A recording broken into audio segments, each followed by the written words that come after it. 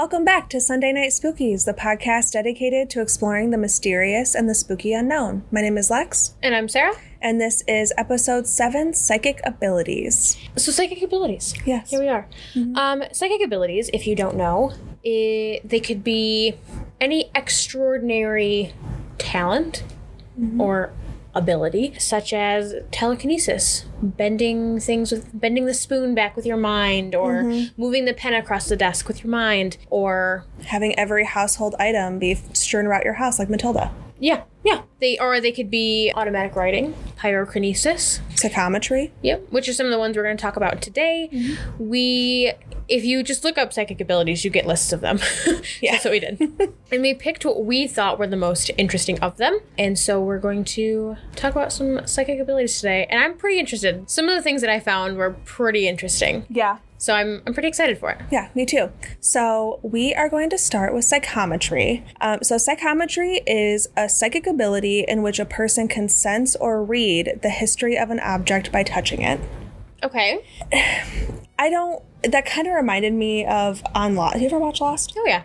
And that Miles guy could speak to dead people by touching somewhere that they touched. That's what that reminded me of. The subject can receive impressions from an object by holding it in their hands or even touching it to their forehead. The impressions can be received as images, sounds, smells, tastes, or even emotions. Which, that's the last thing I need is more emotion. To feel more emotions. Psychometry is actually a form of scrying, which is a psychic way of seeing something that is not ordinarily seeable. If you don't know, scrying is a form of divination that comes from the Old English word descry, which means to make out dimly or to reveal. Mm-hmm. People usually do it with black mirrors or water. Yeah, I saw that. Any shiny object. Mm-hmm. A person who has psychometric abilities, or a psychometrist, can hold an antique glove and tell something about the history of that glove, the person who owned it, or about the experiences that person had while in possession of the glove. The psychic may be able to sense what the person was like, what they did, or how they died. Perhaps most important, the psychic can sense how the person felt at a particular time. Emotions in particular are most strongly recorded in the object. I wonder if people like Chip Coffey could do that. I know if you watch Kindred Spirits, that's a show that he's on frequently, they'll blindfold him, not tell him where he's going, and then they'll bring him into this house or this place blindfolded, and he'll go through and sometimes he'll touch the stairs. Or he'll hold the door. So I'm I wonder if that, even if he's not a psychometrist, but I wonder if anybody with psychic ability in any form, really, could pick up a little bit from objects. Yeah, probably. Now, the psychometrist may not be able to do this with all objects at all times because with any psychic ability, it kind of just varies. It comes and goes. Accuracy is going to vary. The abilities are just going to, they're going to vary a little bit. Yeah. The term psychometry is a term that was coined by Joseph R. Buchanan in 1842.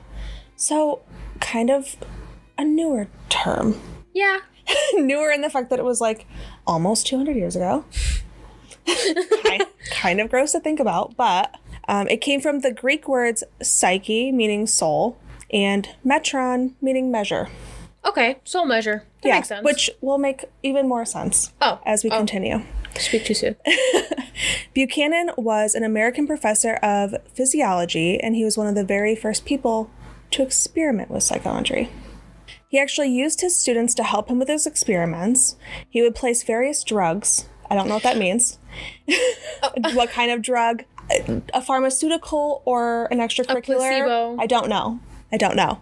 But he would place drugs in glass vials and then would ask each student to identify the drugs that were inside just by holding them. By holding them. Okay, I'm did they take them? Because that's not safe.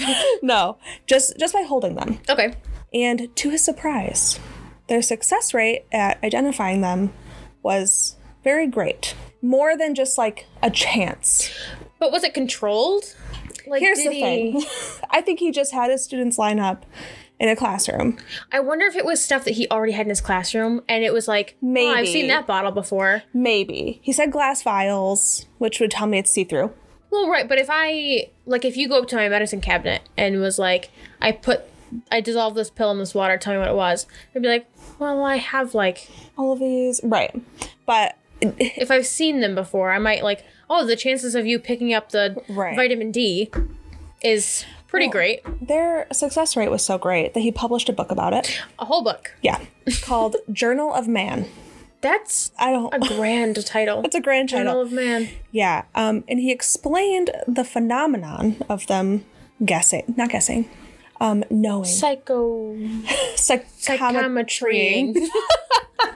Wow.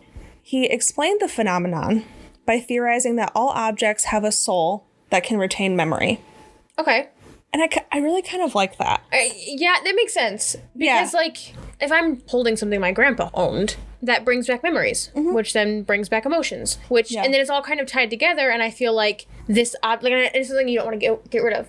So, like, to me, sentimental objects having a soul makes sense in a weird way. It's kind of comforting to know that not everything is just an inanimate object. This glass has a soul. Unlike me. An American professor of geology, William F. Denton, was very intrigued by Buchanan's work, and he decided to conduct his own experiments to see if psychometry would work with his geological specimens. So, rocks. I'm assuming. Grass clippings. I'm just like, geology is rocks, earth. The study stuff. of the earth, yeah. Right. So, in 1984, Denton had his sister, Anne Denton Cridge, aid him in his experiment. He would wrap different specimens. They didn't say what. They kept referring to it as specimens, so... Can we just be frank? Let's be transparent. If you're gonna publish something like this, like an experiment, you gotta tell me all the details. Right, I think so. Like, if I'm gonna judge, or if I'm gonna take it as serious, like a serious factual experiment, I gotta know, like, you can't just say specimen. I need to know all the variables. What is it? Yeah. He would wrap the different specimens in cloth so she couldn't see them. She would place each one to her forehead and was able to accurately describe the specimens through vivid mental images that she was receiving. So she was being... Psychometry, man. This is a rock. What? A rock? I assume she would have been a little bit more descriptive, like, this is limestone. From 1919 to 1922, a German doctor and psychical researcher, there's that word again. Psychical. I love that word. It sounds so wrong. Yeah, it does sound wrong. By the name of Gustav Pagenstetcher. He discovered psychometric abilities in one of his patients named Maria Reyes de Zerold. Also, don't quote me on that either.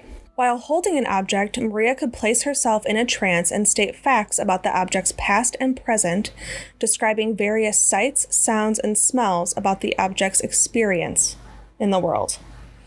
The objects have a soul thing, I get. This is strange. It's past and present, all of that, yes.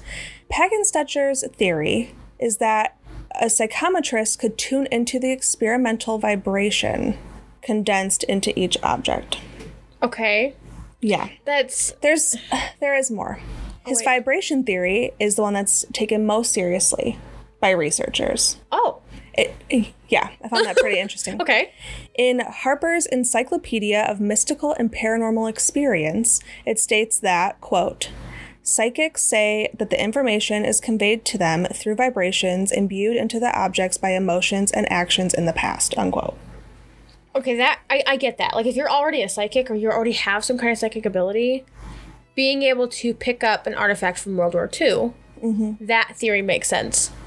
But not with a rock. No, not with a rock. Not with a rock. Their experience I don't quite get that. Not a very vivid experience, I would imagine. Or smells. Rocks can't smell. I don't know if you know. I know. You don't know. Okay. Yeah. True that. But. These vibrations are not just a New Age concept, they have a scientific basis as well. In his book, The Holographic Universe, Michael Talbot says that psychometric abilities, quote, suggest that the past is not lost, but still exists in some form accessible to human perception, unquote. Okay. So that makes me like, I don't know. To know that there's like, the past is not lost, but it will exist. And you can find it if you work at it. Yeah. You can know about it. It's just, that's crazy to me. With the scientific knowledge that all matter on a subatomic level exists essentially as vibrations, Talbot asserts that consciousness and reality exist in a kind of hologram that contains a record of the past, present, and future, and psychometrics may be able to tap into that record. That's confusing. It's I don't know what you just said. If we're gonna be honest, holograms, what? I don't... Yeah, well, they go a little bit more into detail, but it's... The vibrational thing makes total sense, because it's like atoms vibrate. That's like a thing that we all know. So that part makes sense. I want to see it. Yeah. I want to see somebody do it. True that. We have to watch some videos after. All actions, Talbot says, instead of fading into oblivion, remain recorded in the cosmic hologram and can always be accessed once again. Yet other psychical researchers think the information about an object's past is recorded in its aura, or the field of energy surrounding every object. Okay, so just like we have memories, the World War II artifact has memories, basically. Yeah. Yeah. According to an article at The Mystica, the connection between psychometry and auras is based on the theory that the human mind radiates an aura in all directions and around the entire body, which impresses everything within its orbit. We were just talking about auras yesterday and frequently before that. Yeah. Do you know you can get your aura photographed? For the low price of over $200. Oh my god. It's on my bucket list for when I'm rich, I think. Same. All objects, no matter how solid they appear, are porous, containing small or even minute holes. These minute crevices in the object's surface collect minute fractions of the mental aura of the person possessing the object. Now we're getting a little far.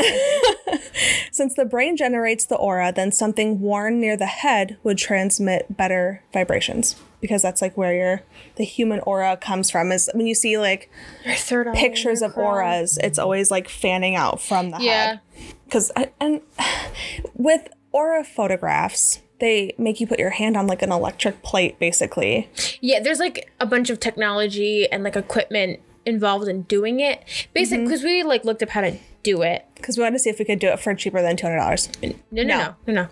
It's basically like it electrifies the vibrations around you or something, and then it photographs. It creates colors in the photograph. It's too much for my brain, but I can see like, okay, you know what I mean? Like, okay. Yeah, I feel that. I don't know if I believe it yet, but I mean, I believe in psychics.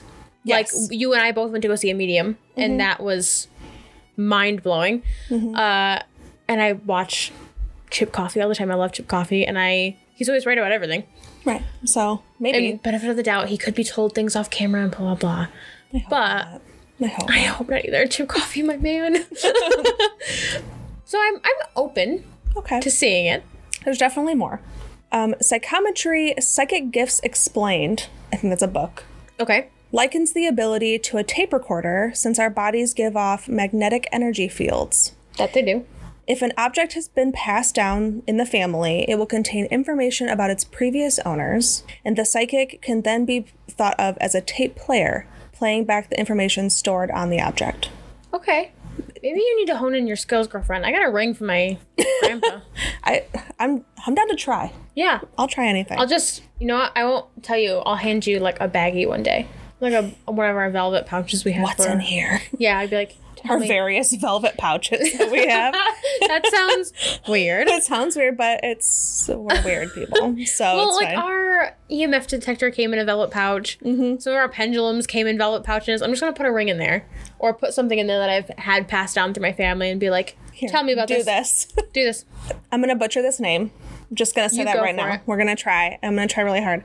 Mario Varvoglis. Okay. He has a PhD at PSI Explorer. Believes that psychometry is a special form of clairvoyance, which I kind of have already like attributed it to being like clairvoyance. he says, the individual performing the psychometry may gain psychic impressions directly from the person to whom the object belongs through telepathy, or may clairvoyantly learn about the past or present events in the life of the person. The object may simply serve as a kind of focusing device, which keeps the mind from wandering off in irrelevant directions. Okay. So at this point, I'm like, I even made a note here. I'm like, oh, I really believe in this. I want this to be real. I do. I really do. And I even wrote, I'm like, I want to believe that this is real. But here's the thing. We have to talk about what the skeptics think also. Yeah. For transparency, even though they're wrong. Mm-hmm. Well, like the guy with the drugs in the vials. Like I said, if the students had seen the drug bottles in the classroom, and then he's like, I took a drug from this classroom and put it in the vial, tell me what it is, they had a percentage of chance to guess any, if there was 5. Right. Well, I've seen that drug in here before. I've seen 1 of 5. Let's just like dice roll in my mind and call it a day. So like, and people can be really good at that. Like, yeah, con artists. That's like their job. Right. So who knows? So who knows? Really, there's not like a lot of studies about it in general. That doesn't surprise me. But skeptics believe that any alleged successes of psychometry should be attributed to cold reading and confirmation bias. Okay, so like I said. Believing what you want to believe, seeing what you want to see, all of that. Which you can trick your brain into believing some pretty... That is very true. Crazy stuff. Mm-hmm. I don't know. I still want to see it happen. Yeah. I want to hand somebody something. We'll do an experiment later. Tell me about this. We'll do an experiment later. Just bring me something in a velvet pouch. You'll never know what it is. So, speaking of doing things with your mind, it's going to come up a lot in this episode. Mm-hmm. Psychic. Psychic, yeah. Mm-hmm. I have pyrokinesis. Okay. Which I heard the word pyro, and I was like... Fire. What else am I going to do? Fire. Mm-hmm. Great. Pyrokinesis is the ability to create and control fire with the mind. So basically, you want to be a little fire starter. Study pyrokinesis. I've always had like a really strong urge to set things on fire. Don't call the cops. Are you allowed to announce that? I don't know. No, okay. I think that's a call for like... That's arson. Do you need help? Listen, I already see a therapist. There's no help. So the idea first gained some popularity when a 19th century African-American man named A.W. Underwood claimed to be able to set things on fire. With his mind? Yeah, just, hey, I can do this. Most people were immediately skeptical. Naturally. What? Yeah. No. Mm-hmm. So magicians and scientists and all this kind of stuff, he just assumed that it was like a con artist, basically. Sure. And just trying to like gain some notoriety. Yeah, because he would perform it for people, or he would do like, yeah, see, I can start this thing on fire or whatever. Mm-hmm. And I guess the biggest theory behind it was pieces of phosphorus that he would hold in his hand, because he would hold things to start things on fire. Like he'd be like, oh, give me this thing, I'll start it on fire. But pieces of phosphorus can really easily be set aflame with oxygen. So if I can set this on fire and breathe on it, it can just bust into flames. Or if you rub it a certain way, the friction and the heat from the friction will just start it on fire. Interesting. However, that wasn't ever proven.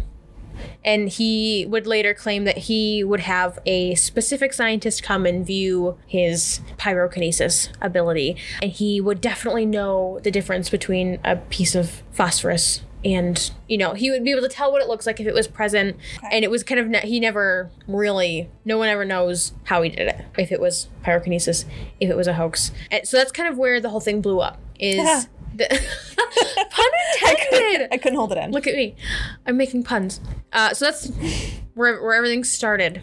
We'll avoid the pun. There was also a really famous medium, Daniel Douglas Holmes, who claimed to be a very skilled practitioner of pyrokinesis. And again, everyone's like, yeah, right, guy, you're a medium. Mm-hmm. And if you've heard our episode about paranormal hoaxes, mediums back then were not always truthful. No, most were not. With just these crazy elaborate hoaxes. He was known for a very particular act of having a fire going with like coals and logs, and being able to go in and take coals from the fire that had already been out after he'd started it, and then they would catch fire. He'd be like, yes, I have these coals, they're out, these dead coals, and then start them back up again. And kind of the same thing was assumed, that you are holding some kind of phosphorus or you know, something. There was a lot of hoaxes going on.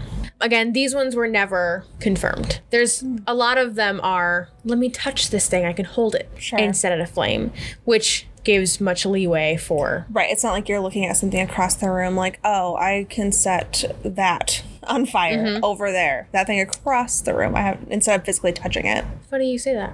Oh. Because most recently, there was a case of pyrokinesis in the Philippines. And throughout doing our research for some of this stuff, we've noticed that the Philippines is a hotspot for psychic abilities. Yeah. A hotspot for it. Yeah. Okay. So a girl in the Philippines in March of 2011 is when she started gaining popularity. She has claimed that she can start fires or predict fires. So she can be like, you know what, that box is going to catch on fire. And then sometime later, it'll catch on fire. Interesting. But she can do that from across the rooms and without touching them, which is why I included it, because I thought that was pretty cool. Because all of the stuff I was reading was all hoaxes about, you know, people having to hold objects to start them on fire. But did she never touch the object? Like, was she, like, slipping in something that's easy to catch on fire beforehand? I don't know. Maybe. The mayor of the town that she actually lives in came forward and vouched for her on media. Like, because she immediately gained so much social media attention for this. And he said that he went to see her because he was curious. And they were talking and interviewing her and all this kind of stuff. And she demonstrated her ability by saying, oh, you see that pillow over there? Fire, pillow. And then it caught on fire. And the mayor came forward and vouched for that. He's like, she hadn't touched it for a while. He doesn't know, like, if she did it before he got there. Right. But it had been a little bit before, she supposedly caught it on fire. Well, we know how much we can trust political leaders, so. Yeah, well. I believe him. Yeah. Oh, yikes. Many other people have vouched for her, though. So, grain of salt. Okay. So much so that there was actually a documentary made about her in 2020, just last summer. And it was in some weird language that I have no idea what it is. And we looked up what language they speak in the Philippines. There's a lot of different languages they speak in the Philippines. I'm not even going to attempt it, but I will link it and so you can watch it, or link the title so you can read up on it. But the whole film was about her and her ability to start or predict fires. And after the film release, she had so many people showing up at our doorstep asking her to do it. They wanted to see it. Okay. They even had police officers and firefighters come to try to investigate. Like, firefighters be like, this can't be real. Right. So they would go. Like, I hope it's not real. Yeah. I mean, they handle fire all the time. Right. So So there's got to be some semblance of truth if they're making movies about you that are, like, supposedly factual. Yeah. There's never been any scientific research done. Maybe there has. I couldn't find any. I mean, how do you? Right. I could not find any, like tests or experiments or anything about it. So the pyrokinesis is such a short little section of this episode, but I wanted to include it because I wouldn't, especially because, in elementary school, my particular elementary school, I don't know about you, but if somebody was a screw up or bad things always happen to them, we'd call them a fire starter. Yeah. Just because there's something always wrong. They always cause stuff to go wrong. Right. And so, pyrokinesis, you can start fires? I'm going to start fires. I think it's kind of badass. Low-key. Right? That's a psychic ability I can get behind. Maybe not in the interest of destruction, but just, being kind of a cool kid. Yeah. Yeah. Well, and also when I was doing the research, it was just, there's a few Marvel characters that can do it. So it was just, comics and superpowers. And I'm like, it's cool. I'd love to read this, but I can't right now. Right. So, kind of different from our short and sweet of the pyrokinesis, we have automatic writing. Now, this is hefty. It is a hefty boy, and it's going to be a long one. So, buckle your seatbelts and get ready, because it's long. I have a lot of information, but it's interesting information. Yeah, I'm excited. I don't know anything about this. I mean, I know what it is, but I've seen it in movies. We haven't, conversed on our notes this time. No, we're going in blind because that's what professional people like us do. Well, you know what? You get more natural reaction. I think so, yeah. So automatic writing, also known as psychography, I don't like that word. I can't even believe I said it right. I was actually genuinely worried about that when I was typing it. Automatic writing is known as a psychic ability that allows a person to produce written words without consciously writing. It can occur when a subject is in an alert waking state or a hypnotic trance, usually during a seance. Can we do a seance? Yeah. Let's do it. I'm down for whatever. Listen. But it's important for it to be automatic writing. The person can't be aware of the actions of their writing hand. There can be no conscious thought about what your writing hand is doing because... Well, how do you get to there? There's instructionals on how to get to that space, but you can't... Is there like a how-to guide on automatic writing? Oh, I'm sure there is. Doing it. But you can't know what you're doing. Otherwise, at that point, it's just free writing, which I'll talk about in a second. Okay. But what's produced during automatic writing or psychography, said it right again, is a series of unrelated words, bits of poetry, epithets, puns, obscenities, or even well-organized fantasies. I have no idea what that means. A well-organized fantasy? I wanted to include it because that's Are any fantasies well-organized? Maybe mine because I'm a perfectionist. But who knows? But automatic writing can't be confused with free writing, which, like, we did that in high school. Usually... I hated that. I got so stressed because they want you to not think about stuff. They just want you to write, but it's like, how are you supposed to just do that? I don't understand. Maybe it's because we both have anxiety. That's probably it. So if you don't know, if you didn't do it in high school, middle school, whatever, free writing is usually done in an academic environment. Some people just do it journaling. I think that's a little bit different personally. Yeah. But they have you do it at school and have you write for a set period of time, usually with a prompt, sometimes not, but usually with a prompt, without worrying about your writing mechanics or conventions, just doing. We did that for ACT prep. We did indeed. A lot of it for ACT prep. We did indeed. Now you don't even have to take the ACT. It's all SAT. That's a look of disgust. I'm upset because that test was ridiculous, but it's fine. Automatic writing is commonly associated with spiritualism, which we've talked about on the show before, many a time. And it's used as a way of channeling spirits. Yeah. I think, side note, this is so off topic. Well, not really off topic. If I had a time machine and I could go back in time...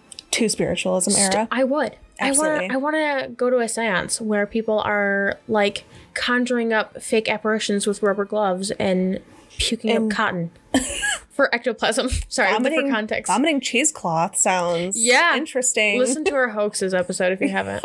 Please. But really. So I have some history for you. I love me some history. There was a tradition in China called spirit writing. I imagine it was called something else in China. Probably. But called spirit writing, which would be later called Fuji or planchette writing. They would use a suspended sieve or tray to guide a stick, which would write Chinese characters in sand or incense ashes. I've seen this before. I watch a lot of anime. I knew we were going there. I knew we were going there. I am a weeb. Anyway. But I've seen it before. Not in this context, though. And I've just now made that connection. Like, oh, that's what that is. I never knew. It's fine. I'm excited that I made the connection. The various characters presented were believed to come from deities and spirits received by mediums since the Song Dynasty, which began in 960 AD. Yes. Very long time ago. So that was in the East. In the West, and this was just a handful to understand. I feel like the West does everything back-asswards. Indeed we do. Indeed we do. An early example was in the 16th century Enochian language. I've heard of it. It's an occult language claimed to be angelic. The founders of it, John Dee and Edward Kelly, a medium, worked on magical investigations together. Don't ask me what that means, because I couldn't find out what it meant. Magical investigations? I looked it up. Is that like, I'm gonna go find the Fae? I don't... Oh, what's... They went on magical investigations together. I tried to find out. I mean, we go on magical investigations together, I feel. Yeah, but when I hear magical investigations, I think of... like, some weird, like, hippie lover scene, like, in the woods frolicking about. You know what I mean? See, when I hear this, all I think about is, like, two grown men with, like, socks up to their knees, just, like, trucking off into the forest. Magical adventure! Magical experiments! That's all I think of when I read that. So, the practice of automatic writing was, according to Dee and Kelly, an integral part of Enochian magic. Integral. I couldn't find much about it. Why is it integral? It's a very important part. They were on their own thing. That could be a whole episode, I feel like, in itself. Them? Yeah. They're kind of a mess. Noted. Because now I'm curious. Yeah. In the 20th century, so not long ago, I had to do the math in my head for it. And I was like, that was literally recent. Yeah. A man named Fernando Pessoa, a Portuguese poet, writer, philosopher, amongst many things. There was a very long list of all the things that he was, which was kind of common, in history. People just were many things. Yeah. He were a jack of all trades, I think, back then. He claimed to have experienced automatic writing along with ethereal visions and magnetic auras. What's magnetic auras? It's a story for another day. He said that he felt owned by something else, and he would sometimes feel a sensation in his right arm that he claimed would lift without his will. When you said that, the first thing that came to my mind was the SpongeBob episode, where you won't know what I'm talking about, and I hate you for it, where the doodle, the big pencil and the doodle. Oh, I do. Okay, I do. That's just... Yeah. I don't know why, but that's what I thought of, and so I started laughing. Explains the giggles. I was like, what are you doing? Yeah, okay, so people who are listening on the podcasting app, I was just giggling. I was like, I couldn't even finish my sentence because I was like, what is she giggling about? Automatic writing first became popular during the golden age of spiritualism by mediums attempting to contact the spirit world, similar to some forms of necromancy, which we just talked about, I think, in the last episode we recorded. I want to say. Yeah, My House Investigation. Automatic writing was quicker and more efficient than communication through rapping or knocking. That's in the hoax episode, if you're interested in that. Such spirit-guided writing was initially produced through the use of a pencil attached to a basket or planchette, like an Ouija board. Yeah. This type of automatic writing was often very difficult to decipher, and mediums soon adopted the practice of holding the pen or pencil directly in their hand. But I think that gives a little bit of room for lying. Yeah. If you're holding it. Well, I would get how the other way is unintelligible. Sure. But if you're holding, I just feel if you're holding a pencil, I feel like you know you're holding a pencil. Yeah. And if you're writing, I feel like you just know. But maybe, I don't know. Especially if you come to halfway through the seance. Sure. Typewriters and in more recent times, computers have also been used to produce automatic writing. That's kind of where the ball drops for me. Yeah. Authenticity kind of goes out the window when there's computers, I feel. But yeah, we'll continue. According to spiritualistic beliefs, the medium would channel the spirit, allowing it to guide the pencil or planchette, thereby producing a message that the spirit wanted to communicate to the world of the living. Channeling allowed the spirit to utilize the medium's body to communicate, a practice that is differentiated from spiritual possession. Channeling is voluntary. It's a voluntary action, freely undertaken to facilitate communication, and possession, obviously, is not. I wonder, because we do a lot of paranormal investigations, clearly. What would take more energy for a spirit? Just getting the energy to say its message? Or channeling through the body. And moving the arm and writing and... We'll do an experiment. We'll see how it goes. I'm down for anything. Yeah. Well, not anything. Well, that's debatable. So I have some famous examples of automatic writing. I'm ready. In the early 1900s, a St. Louis housewife named Pearl Curran, good old Pearl, believed she had contacted a spirit named Patience Worth through the Ouija board. I know the story.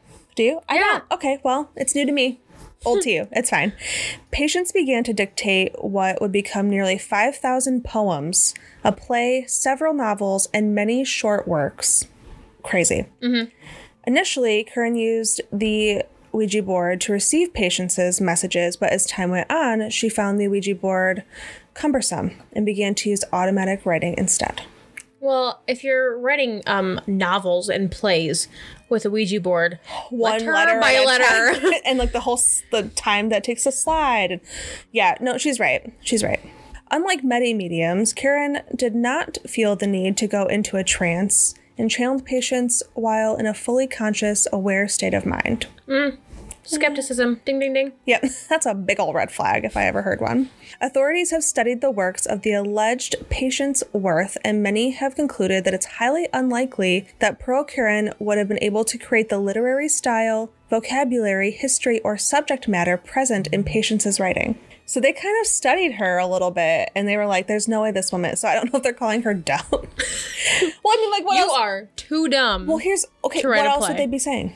She could never have created the literary style, vocabulary, history, or subject matter. She could have never. She wasn't very lettered. Well, that's what I'm saying. Like, how? Like that. Basically, that's what I'm taking from it. They're calling her dim. You is one dim bitch. That's how I'm taking it. So that's interesting. The next one is one of the best known automatic writers was Helene Smith, who used the pseudonym of Catherine Elise Mueller. I think I know the story too. Wow. Sorry. Okay, well, you're versed. A medium born around 1863 in Geneva, Switzerland. Smith never worked as a paid medium, but held numerous seances for friends and admirers. Mm-hmm. In addition to claims of past lives as a Hindu princess and Marie Antoinette, Smith produced automatic writing in Arabic in what she claimed were the languages of Mars and Uranus. Okay. Mars. Yeah. I'd like to speak Martian. Really picked up on that quick. Which she then translated into French.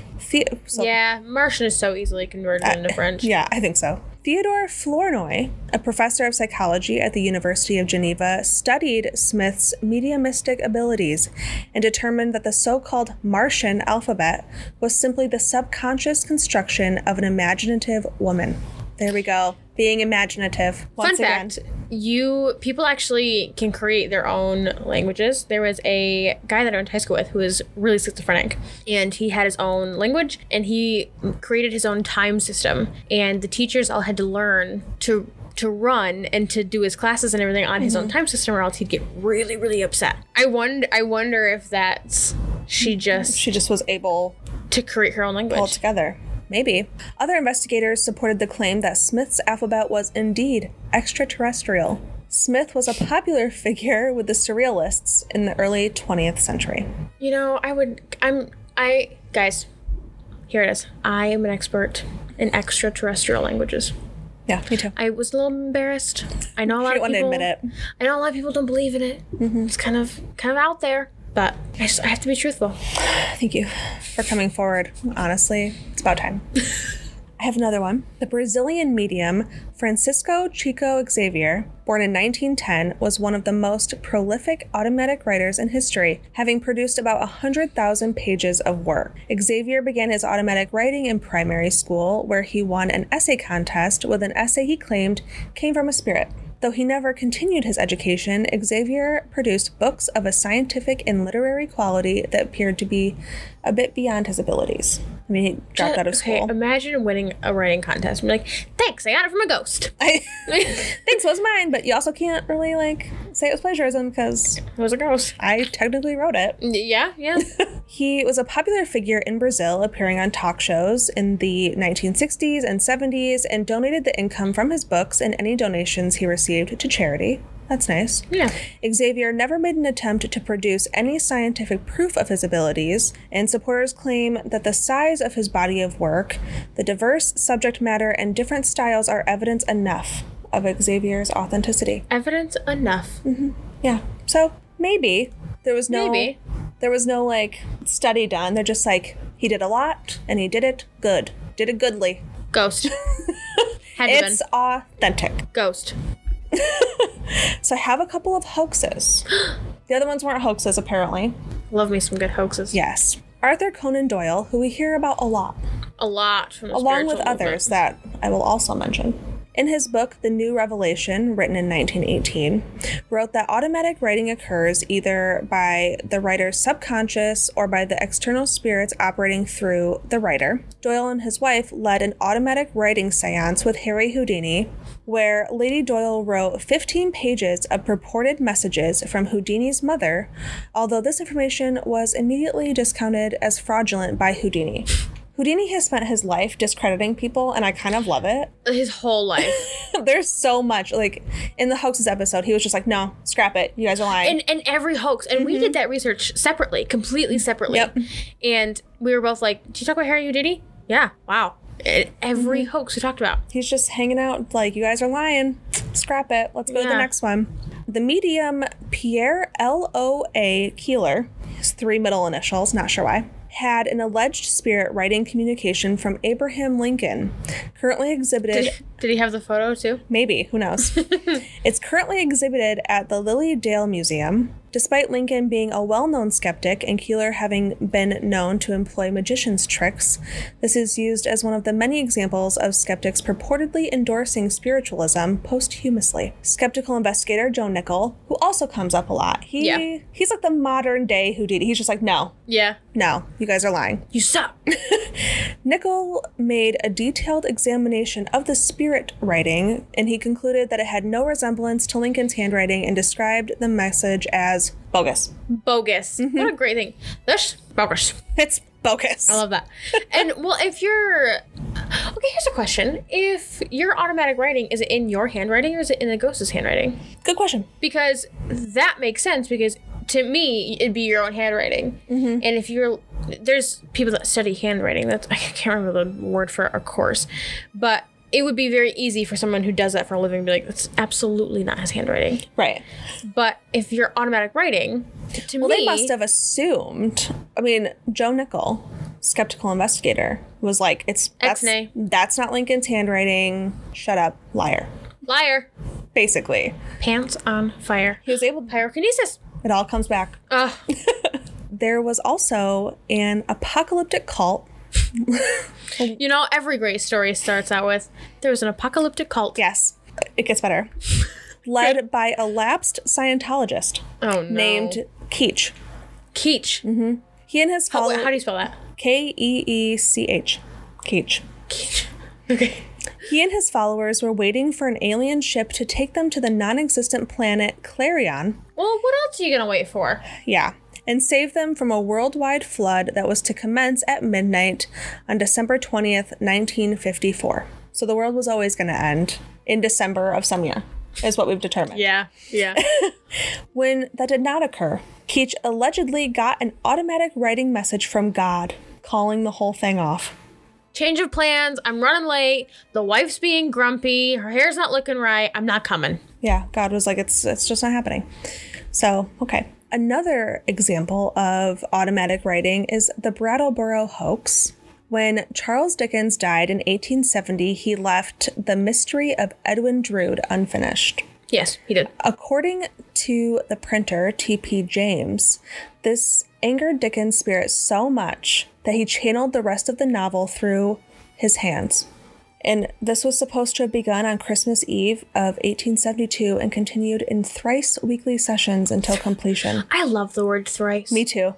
Satisfying. Right. That's a satisfying word. So apparently that's not what happened, but Charles Dickens channeled the rest of his novel through this man. Yeah. Yep. Well, you know. Also, why doesn't anybody go by initials anymore? Good question. Like, why can't I just be S.M. Stevens? That actually sounds really badass, doesn't it? Yeah, it does. I'm badass. SMS for SNS. I think I did something. I'm just... Paranormal investigator, S.M. Stevens. Alexis L. Elzinga. It doesn't work. No. Elzinga's a mouthful. It doesn't sound badass enough. It just sounds Dutch. Dutch. Not that you can't be a badass if you're Dutch, but, like, you can. Yikes. Sorry, Dutch people. Yikes. Well, I'm Dutch, so it's fine. Just kidding. It's my own people. It's fine. Some psychical researchers, such as Thompson J. Hudson and, of course, Joe Nickell, have claimed no spirits are involved in automatic writing, and the subconscious mind is, in fact, the explanation. I feel like Joe Nickell is just this bitter old guy. And he's like, where's the next hoax? Where's the next weird thing that I can dismantle? Where are people in the world happily believing in something that makes them comfortable? No. I would like to crush it. No. It can't happen. No. So skeptics and scientists believe that automatic writing is the result of the Ideomotor Effect. And we've talked about that before with the Ouija board episode. I don't remember. I do. Shocker. It took me a second to remember, but that's the episode we talked about it in. If you don't remember or you didn't listen, please go listen. Listen to our shit.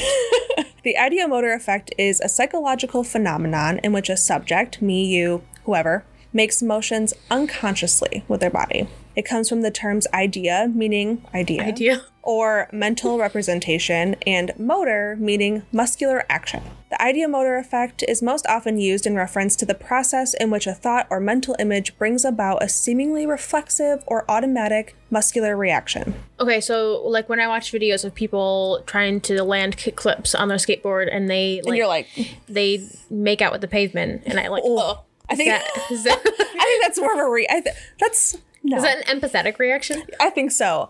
The ideomotor effect is more like tiny reactions. I think it'd be like if you're like watching something and like you're trying to help them. You know what I'm talking about? You're trying to help, like if you're watching somebody skateboard and you want to like help them land when you're watching them. Oh, no, do you know what I'm talking about? Yeah, or when you're playing Mario Kart and your car doesn't turn and you're like playing and you're like doing one of these to turn.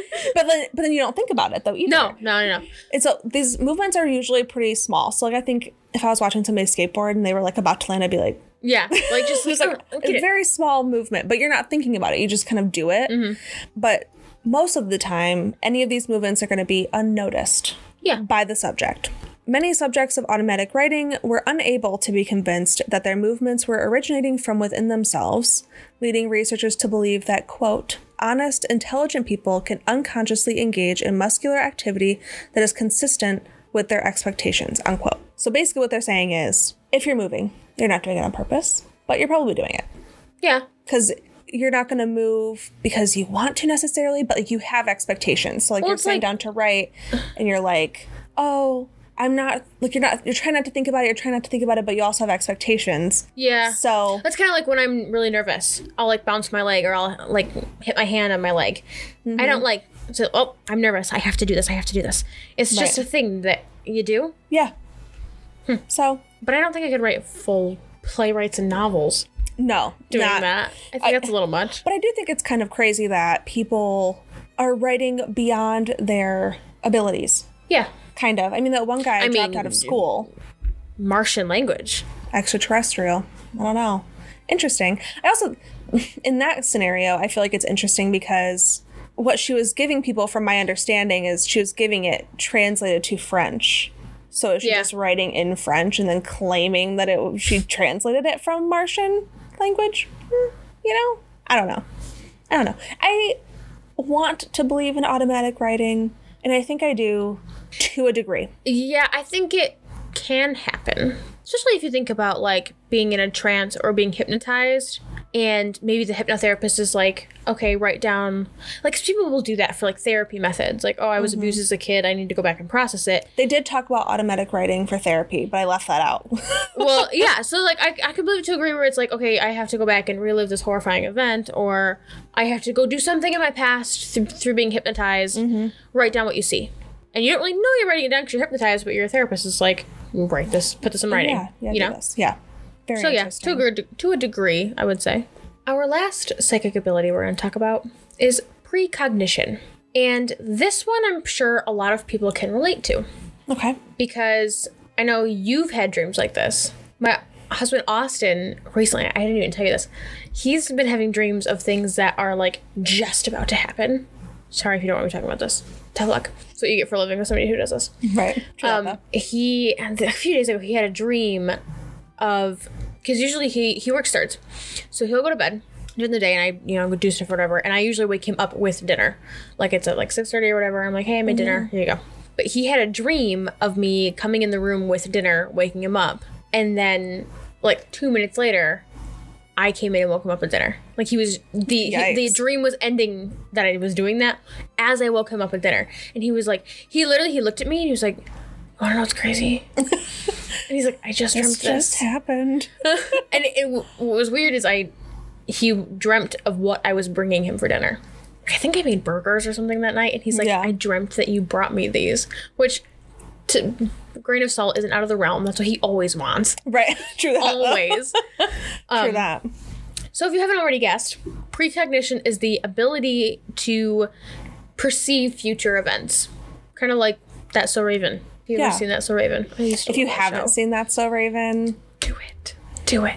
Such a good show. You have to find it, right? Yeah, find it somewhere. Just like most of the psychic abilities we've talked about, it's genuinely believed to be pseudoscience. That makes me sad. Yes. That's fine. But I chose this one because there's actually a lot of like solid research at universities and stuff going on today. Like it's like a thing that people are studying, which made me really excited. And that kind of came about because throughout history, people have claimed to have this phenomenon forever. Like this is one of the ones that is pretty kind. Like I said, like we've all had that feeling. Oh my gosh, something bad's gonna happen. I feel like something's bad gonna happen, and then something bad happens. Kind of like the gut feeling. I feel like is like the first step of precognition, if that makes sense.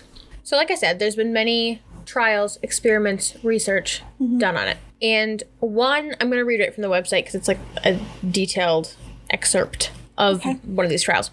So, in the early 20th century, J.W. Dunne, D-U-N-N-E.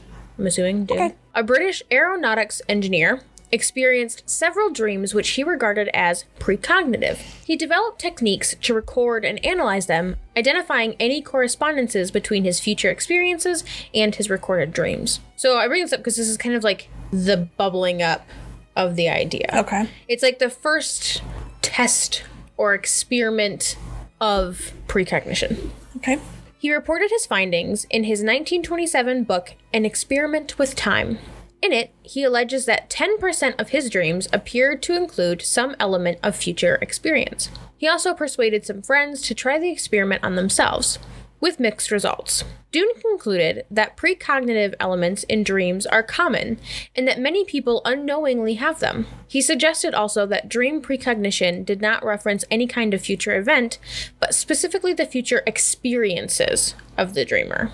Okay. So I feel like that's really broad. Yeah. I feel like that's like, that would be a way to be like, well, yeah, lots of people have precognition.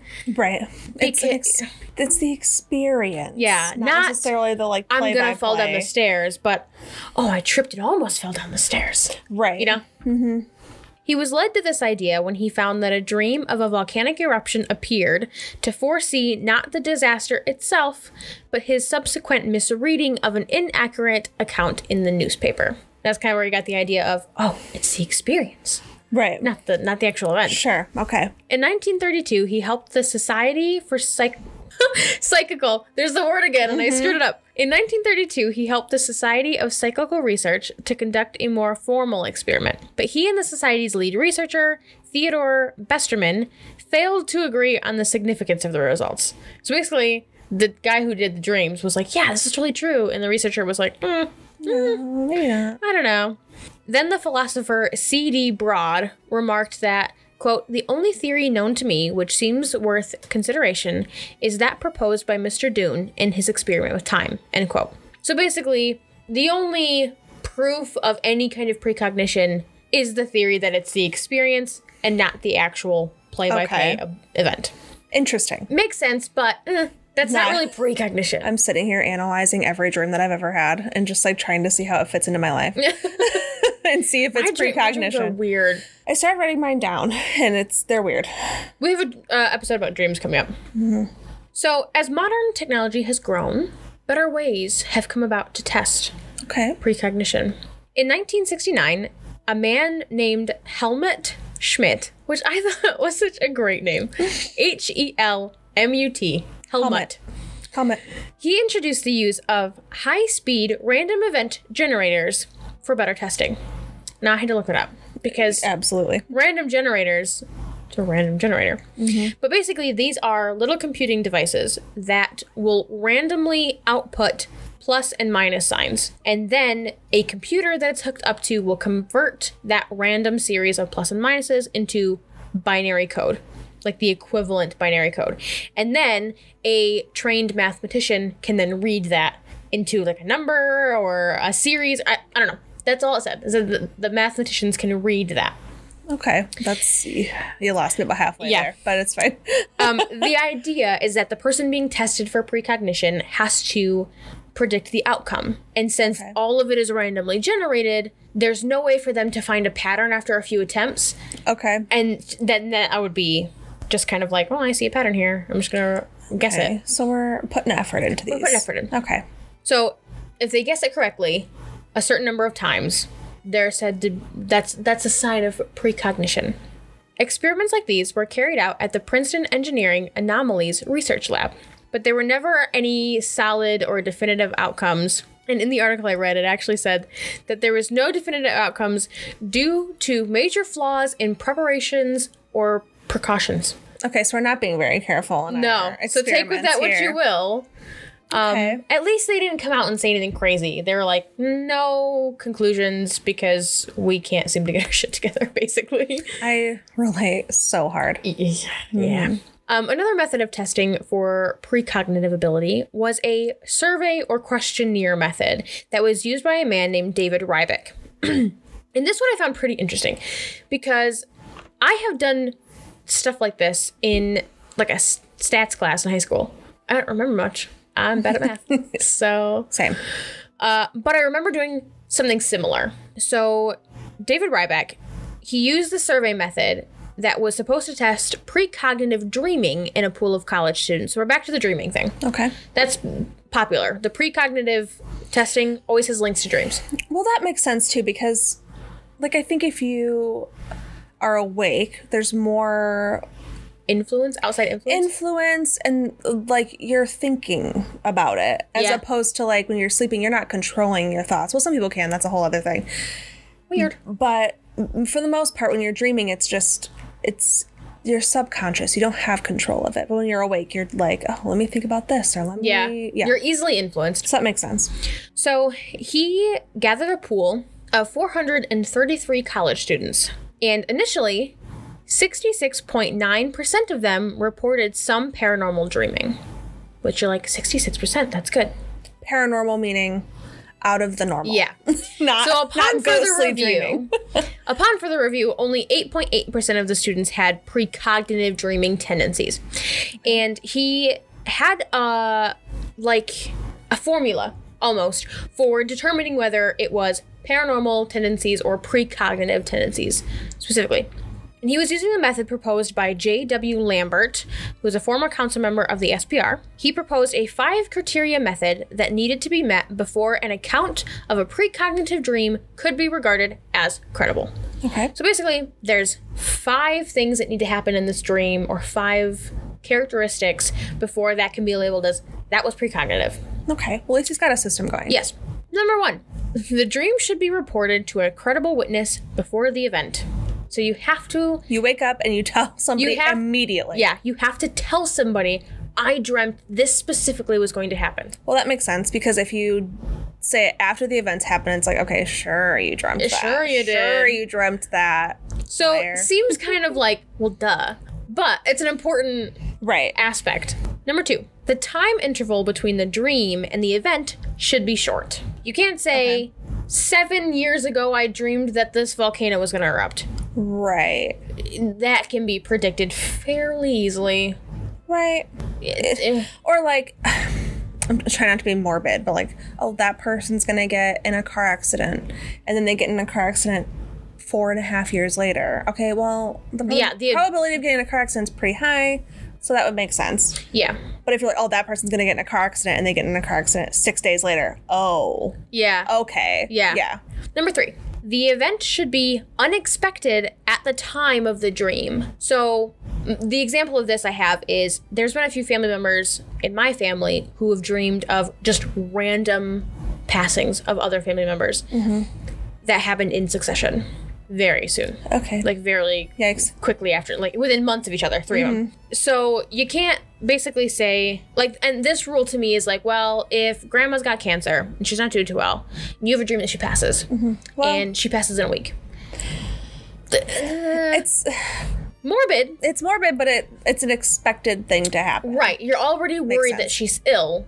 That's not an uncommon thing for people that have cancer, as sad as it is. That's a very probable outcome. Yeah. And so you can't basically like, oh, well, she's ill. I had a dream that she passed.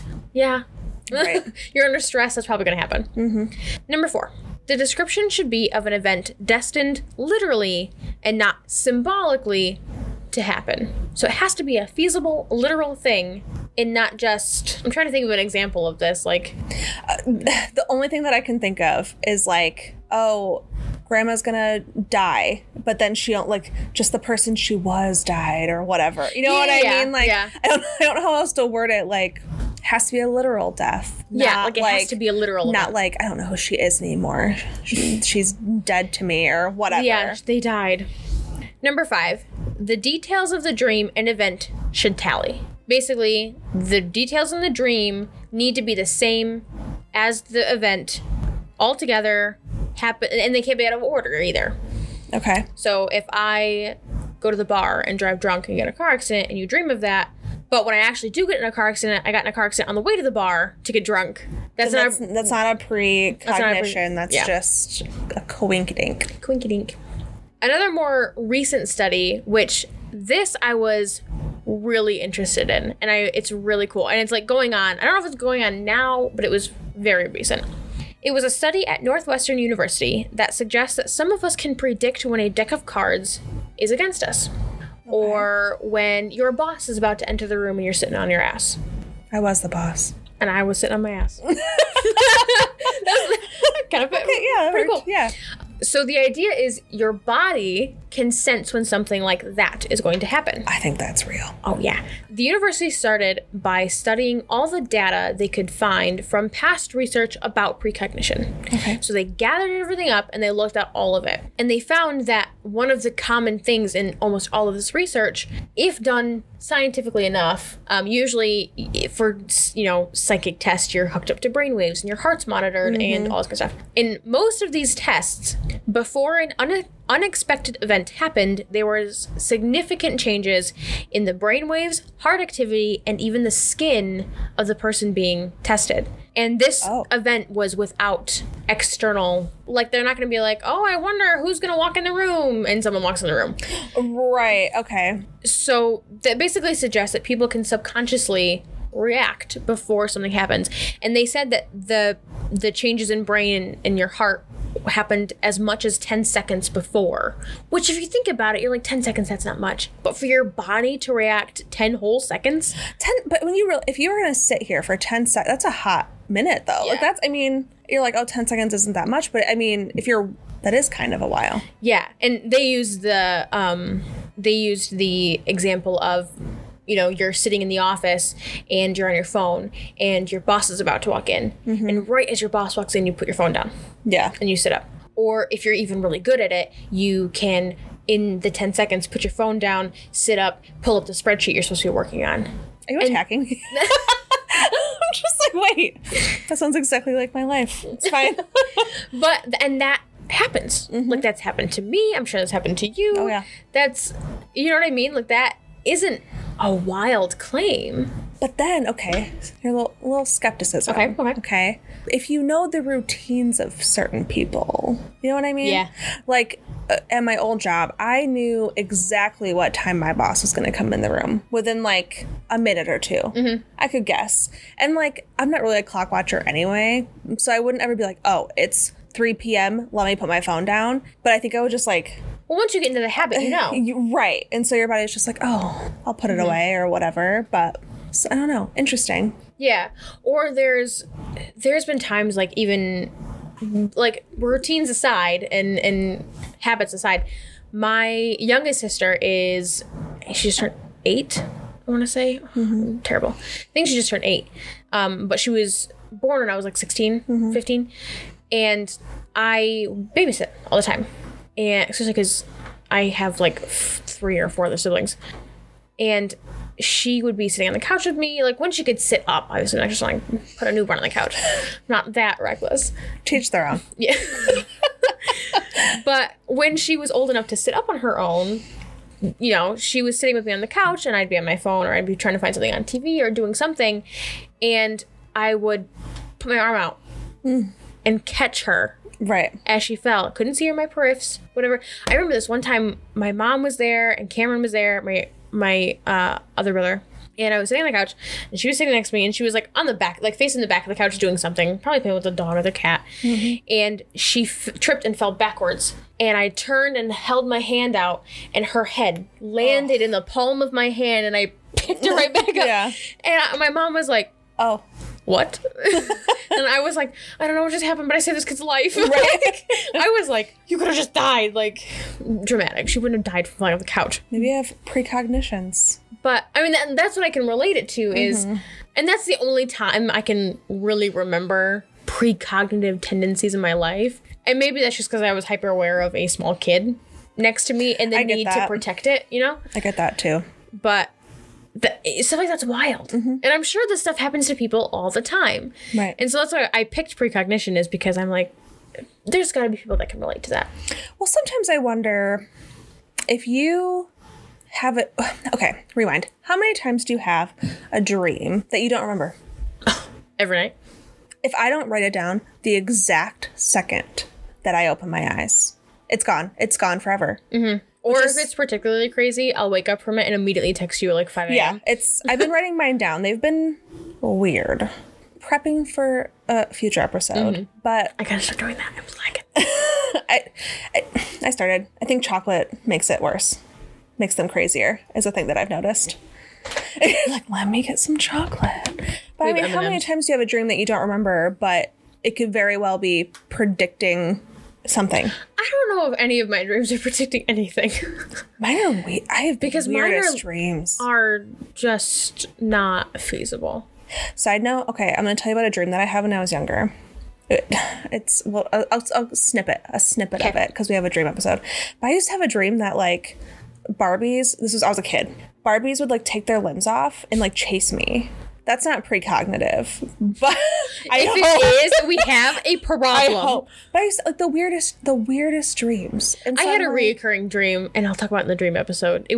I was like plagued by it. Yeah. But I had reoccurring dreams as a kid too. If some of my dreams are precognitive, I have a lot to look forward to in my life. No, precognitive. Okay, this is like really close to my heart, and I don't know why I remember this. So my mom's dad, my grandpa Kirk, my Papa Kirk, was super close to me. He was my best friend. I have a tattoo in honor of him. Great guy. And he was a truck driver, so he'd be gone for a while and then come home, and I'd spend the weekend with him, and then he'd go back truck driving.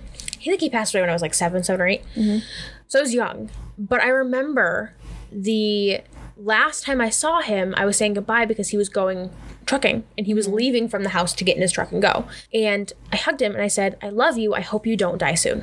And I remember that so clearly. And I don't know if anybody else heard me because it was just, I mean, my grandma was in the room and they were talking, whatever. And I was just saying goodbye to my grandpa. And he, a few nights later, I want to say, he ended up having a heart attack in his sleep and passing in his truck. And at 7, I didn't really think about that. Like, I didn't, whatever. But that has haunted me my entire freaking life. And it was like totally unexpected. No one saw any of it coming. It was just wild. But I did that. That's a thing that I very clearly remember. Now I'm going to be spending my evening like trying to remember things that I like predicted, but I just... Yeah, I don't know why they didn't come to me until just now. But... Wild. Yeah. Life is weird. I think you just know. Sometimes like your skin will show activity 10 seconds before something happens. I think your body can just know sometimes. Yeah. Maybe. Which is weird. That's not a side note. It's included. But you know how, like, when people know they're going to die? Yeah. Is it like that? Maybe. Or how your eyes will water before paranormal activity happens? True that. Like, just, like, weird. Because people know some people know they're going to die before they die. Some people don't. Yeah. Like, how do you know? You know? Ooh, I have so many stories. I just remembered. So my great-grandma Mimi, bless her heart, she was the craziest, best great-grandma on the planet. And she was in a home before she passed. And me and my now husband went to visit our parents, and we went to visit her. And we hadn't told anybody we were engaged yet. And that was the trip we were doing it. And we were with my mom. And we hadn't like got to my mom's house yet. We hadn't settled down enough to announce it to anybody. And we stopped and saw my great-grandma Mimi. And we were visiting, and, it was a great time.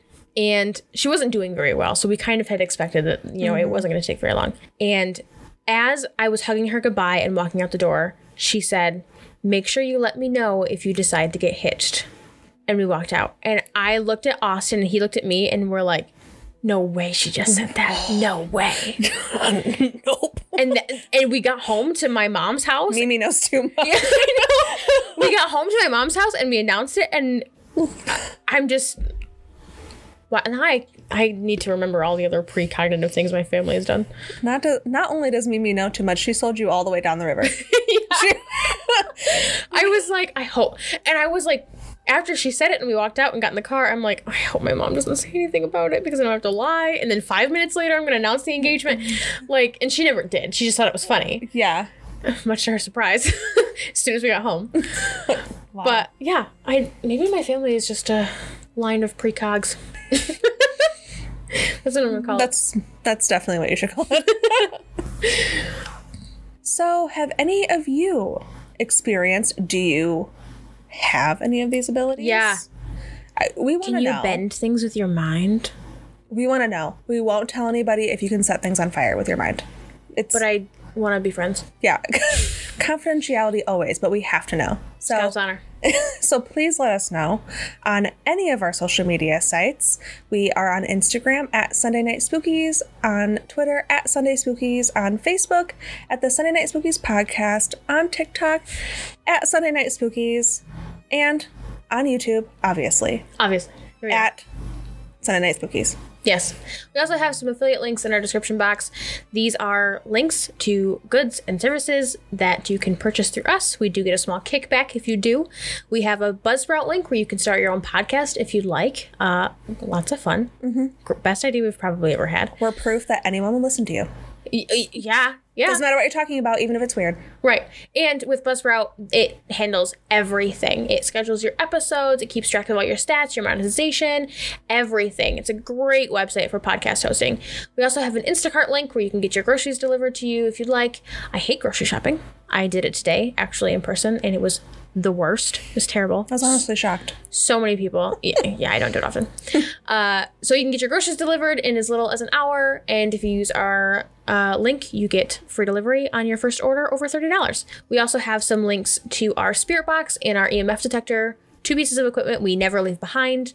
Tried and true. Mm-hmm. Love these guys. You can buy them, the exact ones we have, through Amazon. And we also have a support the show link. We are 2 college girls, and running a podcast, specifically ones that go into investigations, is expensive. Mm-hmm. So if you'd like to donate to our cause, and if you are so inclined, you can do that at our Cash App.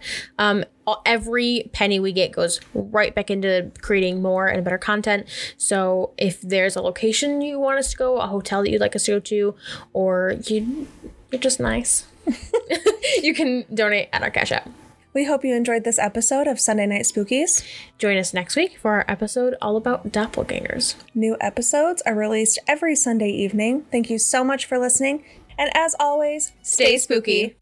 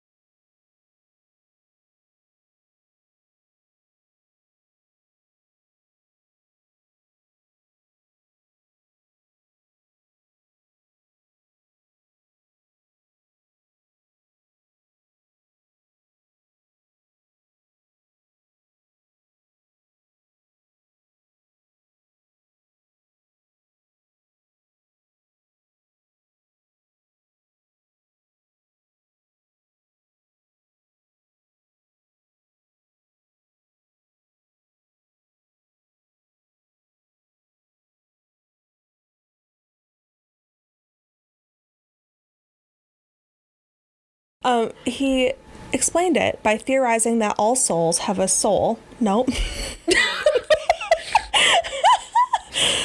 You were so, all souls have a soul. And then I was like, nope. Okay.